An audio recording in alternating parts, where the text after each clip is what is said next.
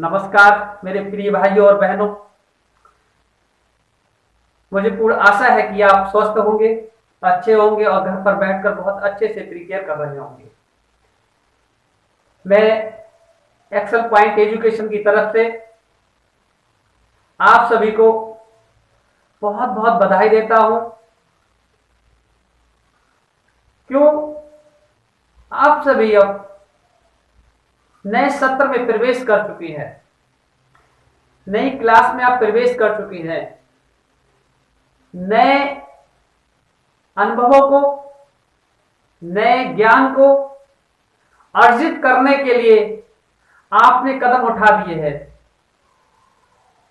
तो मैं ईश्वर से कामना करता हूं, नए ज्ञान को अर्जित करने के लिए, नए अनुभवों को पाने के लिए ईश्वर आपके अंदर वो जज्बा, वो हौसला, सब कुछ दे जिससे आप जिस कदम की ओर चले हैं, जिस मंजिल की ओर आप बढ़े हैं, उस पथ पर आपके कदम डगमगाए नहीं। इसी आशा के साथ मैं एक बार फिर से आप सभी को ढेर सारी बधाई देता हूं। आज हम बात करेंगे क्लास 11th में फिजिक्स, जिसमें पहला चैप्टर आपका है फिजिकल वर्ल्ड, भौतिक जगत। भौतिक जगत कहते किसे है, उसके अंतर्गत क्या है, ये सब कुछ आज बताना है। इससे पहले बता दें, देखिए आप सभी जानते हैं इस समय पूरे विश्व में वैश्विक महामारी कोरोना चल रही है, और जिसके चलते हम ऑनलाइन क्लासेस लेके आए हैं आपके घर तक, ताकि आपको किसी भी तरह से कोई समस्या ना हो, कोई दिक्कत ना हो। तो अब हम बात करेंगे फिजिकल वर्ल्ड, भौतिक जगत। देखिए मैंने इस चैप्टर के जो भी टॉपिक हैं, पहले सारे टॉपिक मैंने नोट कर रखे हैं। आप कॉपी और पेन उठाइए और इसे राइट कर दीजिएगा। मैं बोलता जा रहा हूं, आप राइट करते जाइए। देखिए पहला टॉपिक क्या है, विज्ञान। फिर भौतिकी, वैज्ञानिक विधि, भौतिक विज्ञान की प्रमुख शाखाएं। भौतिक विज्ञान की प्रमुख शाखाएं दो होती हैं, त्रिसंबद्ध भौतिकी, आधुनिक भौतिकी, क्लासिकल फिजिक्स और मॉडर्न फिजिक्स। इसके पश्चात भौतिकी विज्ञान के कार्य क्षेत्र, मतलब क्या क्या इसके कार्य क्षेत्र हैं। भौतिक विज्ञान में उत्तेजना, किस तरह की उत्तेजना रहती है। भौतिकी, प्रौद्योगिकी और समाज। भौतिक, प्रौद्योगिक और समाज, इन बीचों के, इन तीनों के बीच में क्या तालमेल है, क्या संबंध है, क्या रिलेशनशिप है, ये सब कुछ इसके अंतर्गत आता है। संसार के कुछ भौतिकविदों के प्रमुख योगदान। भौतिकी में संसार के विभिन्न देशों में जो भौतिक विज्ञान के वैज्ञानिक हुए, उन्होंने जो योगदान दिया, तो उनके बारे में हम अध्ययन करेंगे कि किसने क्या क्या योगदान दिया। एकीकरण व न्यूनीकरण, प्रकृति के मूल बलों का एकीकरण और संरक्षित राशियां। ये आपके चैप्टर के पहला जो चैप्टर है आपका भौतिक जगत, फिजिकल वर्ल्ड। सारे टॉपिक मैंने नोट कर रखे हैं, आप नोट कर लीजिएगा और इन्हीं को मुझे समझाना है। तो देखिए आज तो संभव नहीं है पूरा चैप्टर हो जाए, लेकिन हाँ कल फिनिश हो जाएगा। तो बात करते हैं विज्ञान। पहला टॉपिक आपका है विज्ञान। विज्ञान किसे कहते हैं? क्लास 3rd से विज्ञान अप्लाइड हुआ है। तो जिस दिन से साइंस का सब्जेक्ट लागू हुआ, आपको पढ़ाया गया, उस दिन से आप पढ़ते चले आ रहे हैं कि विज्ञान क्या है और किसे कहते हैं। मैं नहीं समझता आप में किसी को नहीं पता हो। मुझे पूर्ण विश्वास है कि मुझसे ज्यादा अच्छा आपको पता है कि विज्ञान किसे कहते हैं।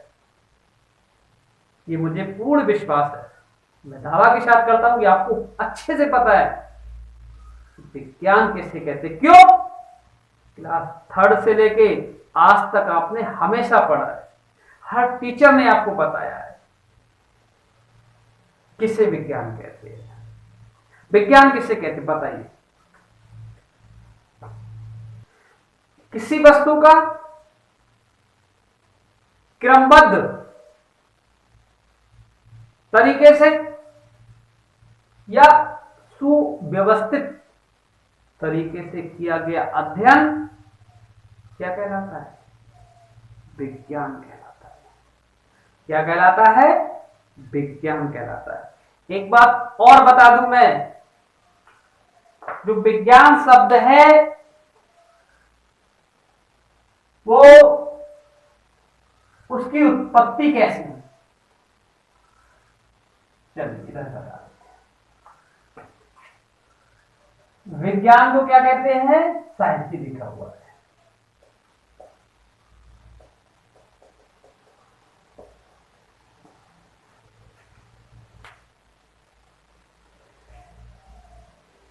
देखिए, ठीक है, विज्ञान उत्पत्ति कैसे, जो विज्ञान को इंग्लिश में क्या कहते हैं? साइंस कहते हैं। और साइंस जो है वो लैटिन भाषा के सिंटिया नामक वर्ड से बना हुआ है। कौन सी भाषा में? लैटिन भाषा में। और उस सिंटिया का जो अर्थ होता है वो क्या होता है? जानना।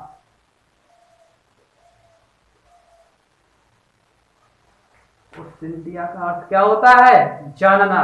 तो किसी घटना का क्रमबद्ध तरीके से किया गया अध्ययन विज्ञान कहलाता है, या किसी घटना का सुव्यवस्थित तरीके से किया गया अध्ययन विज्ञान कहलाता है, या हमारे आस पास में जितनी भी घटनाएं घटती हैं उनका जो अध्ययन क्रमबद्ध तरीके से किया गया अध्ययन विज्ञान कहलाता है। सुव्यवस्थित तरीके से किया गया अध्ययन विज्ञान कहलाता है। विज्ञान का मतलब समझ गए? जानना, किसी के बारे में क्रमबद्ध तरीके से जानना, किसी के बारे में व्यवस्थित तरीके से जानना विज्ञान कहलाता है। आ गया समझ में? ठीक। नेक्स्ट आता आपका भौतिकी, फिजिक्स। फिजिक्स किसे कहते हैं? भौतिकी किसे कहते हैं? सुना तो बहुत होगा, मैं समझ रहा हूं पढ़ा भी होगा भाई। क्लास 6, 7, 8 से पढ़ रहे होगे अच्छे से, मतलब कंफर्म हो जाता है फिजिक्स क्या होता है, वायु क्या होता है, केमिस्ट्री क्या होता है, इसके बारे में पता होता है। 9th में तो पार्टीशन किया गया है ना, 10th में भी कर रखा है और अच्छे से आपने पढ़ा होगा लास्ट टाइम 10th में। तो फिजिक्स किससे कहते हैं, लेकिन ये नहीं पढ़ा फिजिक्स किससे कहते हैं। फिजिक्स के अंदर जो टॉपिक्स थे, जो चैप्टर्स थे वो पढ़े, वो आज भी याद है आपको, मुझे पता है ना, आपको लर्न है। फिजिक्स किसे कहते हैं ये बात थोड़ा डाउट है। चलिए हम बताते हैं। देखिए, फिजिक्स को हिंदी में कहते हैं भौतिकी। भौतिक या भौतिकी, भौतिकी शब्द जो है उसकी उत्पत्ति कहां से हुई है? भौतिकी शब्द की उत्पत्ति संस्कृत भाषा के भौतिक शब्द से हुई है। जो भौतिकी शब्द की उत्पत्ति हुई है, भौतिकी, इसकी उत्पत्ति जो हुई है वो संस्कृत में शब्द है। संस्कृत भाषा में एक शब्द है आपका भौतिक। भौतिक शब्द से इसकी उत्पत्ति हुई है। और संस्कृत भाषा में जो शब्द भौतिक है उससे भौतिकी की उत्पत्ति हुई है। और भौतिक को क्या कहते हैं? भौतिक का अर्थ क्या है? और भौतिक का अर्थ है प्राकृतिक। भौतिक का क्या अर्थ है? प्राकृतिक। समझ आ गया? भाई विज्ञान, सॉरी, भौतिकी शब्द की उत्पत्ति संस्कृत भाषा के किससे हुई है? संस्कृत भाषा का जो शब्द है भौतिक, उससे हुई है। और भौतिक को क्या कहते हैं? भौतिक जिसका अर्थ है प्राकृतिक। इसका अर्थ क्या है? प्राकृतिक। ठीक इसी तरह इसे इंग्लिश में क्या कहते हैं? फिजिक्स। जिस शब्द की उत्पत्ति ग्रीक भाषा के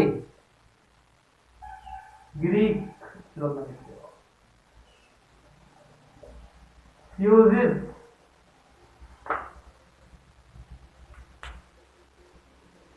वर्ड से हुई है और जिसका अर्थ है प्रकृति। इसका क्या अर्थ है? प्रकृति। समझ आ रहा है? एक बार फिर से बताते हैं।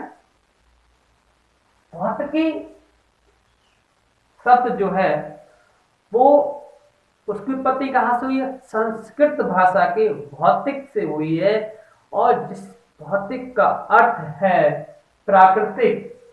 भौतिकी को इंग्लिश में फिजिक्स कहते हैं।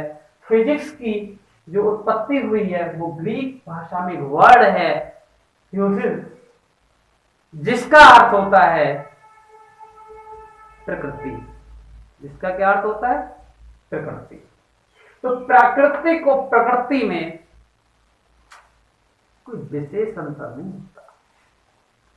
इसका मतलब प्राकृतिक और प्रकृति एक ही बात हो गई। अब आते भौतिक। भौतिकी किसे कहते हैं? भौतिक विज्ञान किसे कहते हैं?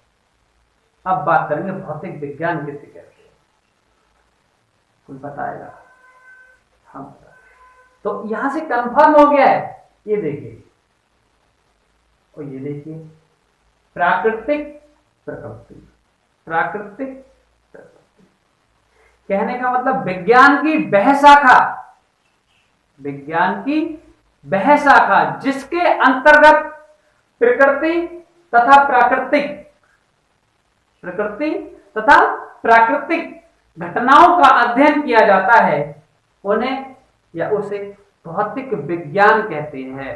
उसे क्या कहते हैं? भौतिक विज्ञान कहते हैं। समझ आ गया? कोई दिक्कत तो नहीं है? ठीक हो गया। लेकिन नेक्स्ट आता है वैज्ञानिक विधि। वैज्ञानिक विधि,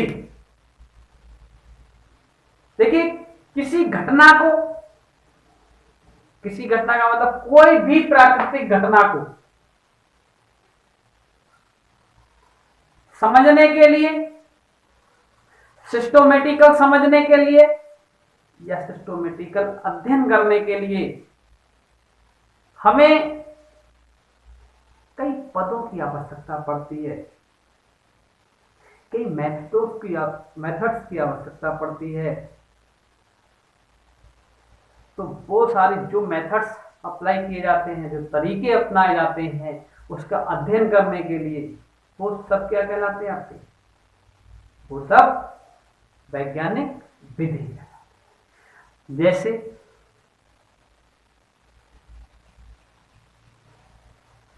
जैसे जो व्यवस्थित प्रेक्षण होते हैं,